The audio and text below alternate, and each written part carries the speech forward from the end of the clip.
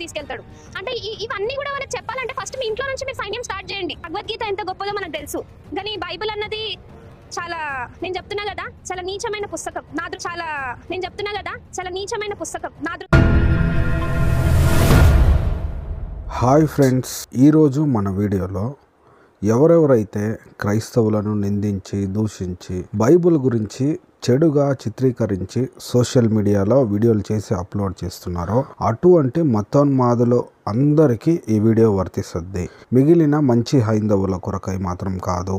అటువంటి వారు ఎవరైనా ఉంటే ఇప్పుడే ఈ వీడియోని మీరు స్టాప్ చేయండి. ఈరోజు మన వీడియోలో కానీ చూసినట్లయితే ఒక బ్రాహ్మణుడు శాపం వలన పాముగా మారిపోతాడు. ఇది నిజంగా జరగద్దా?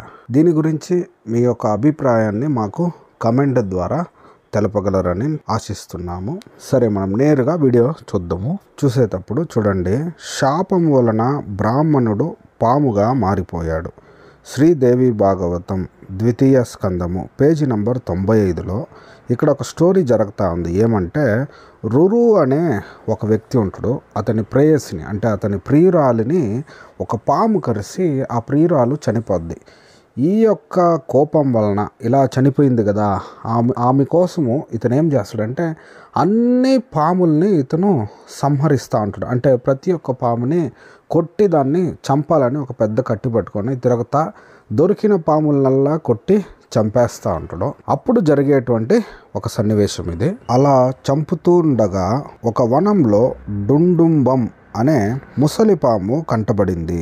చంపబోయాడు. అది, రురు, నేను నీకు ఏ అపాయం చేశానని చంపుతావు అని ప్రశ్నించింది. రురుడు తన ప్రియురాలి మరణం, తన ప్రతిజ్ఞాకరణం వివరించి అందుకని చంపుతానన్నాడు. చూడండి, ఒక పాముని చంపేకపోయే సమయంలో చూడండి, ఆ పాముకు ఒక పేరుగానే ఉంది, డుడుంబం అంట. ఇంకా ఒక ఆశ్చర్యం ఏమంటే, ఆ పాము వచ్చి మాట్లాడుతుంది చంపబోయేవాడితో, నేనేం చేశానని నువ్వు చంపుతావని. ఈ రురు అనే వ్యక్తి ఆ పాముకి చెప్తా ఉండు, నా ప్రియురాల్ని ఇలా చంపినావు కదా అనేసి దానికి కానీ ఎక్స్ప్లెనేషన్ ఇస్తా ఉండు. తర్వాత చూస్తే, రురు, నీ ప్రమద్వరను కరిచింది నేను కాదు. అసలు ఇంతవరకు నేనెవరిని కరవలేదు. మిగతా పాములు కరిస్తే కరవచ్చు. రూప సామ్యాన్ని బట్టి నన్ను చంపడం నీకు భావ్యం కాదు. హేతుబద్ధమైన ఈ మానవ సంభాషణకు రురుడు ఆశ్చర్యపోయాడు. నువ్వు ఎవరివి? సర్పరూపం ఎందుకు పొందావు అని అడిగాడు. చూడండి, ఇక్కడ ఈ పాముని చంపేకపోయేటప్పుడు ఫస్ట్ అది మాట్లాడినప్పుడు ఇతనికి ఆలోచన రాలే. అది, నేను ఇలా పాములాగా ఉన్నాను కదా, నన్ను అలా తప్పుగా అర్థం చేసుకోవద్దని మాట్లాడేటప్పుడు అప్పుడు ఇతనికి అర్థమవుతుంది, ఏంది పాము మాట్లాడుతుంది అని ఆశ్చర్యపోయి, నువ్వు ఎవరివి అనేసి పాముని అడుగుతా ఉండో. తరువాత ఈ పాము వచ్చి ఆ రురుతో స్టోరీ చెప్తా ఉంది. వినండి. రురు, చెబుతున్నాను విను. నేను బ్రాహ్మణుణ్ణి. చిన్ననాట నాకొక మిత్రుడున్నాడు. అతని పేరు ఖగముడు. మహాతపస్వి, ఒట్టి అమాయకుడు.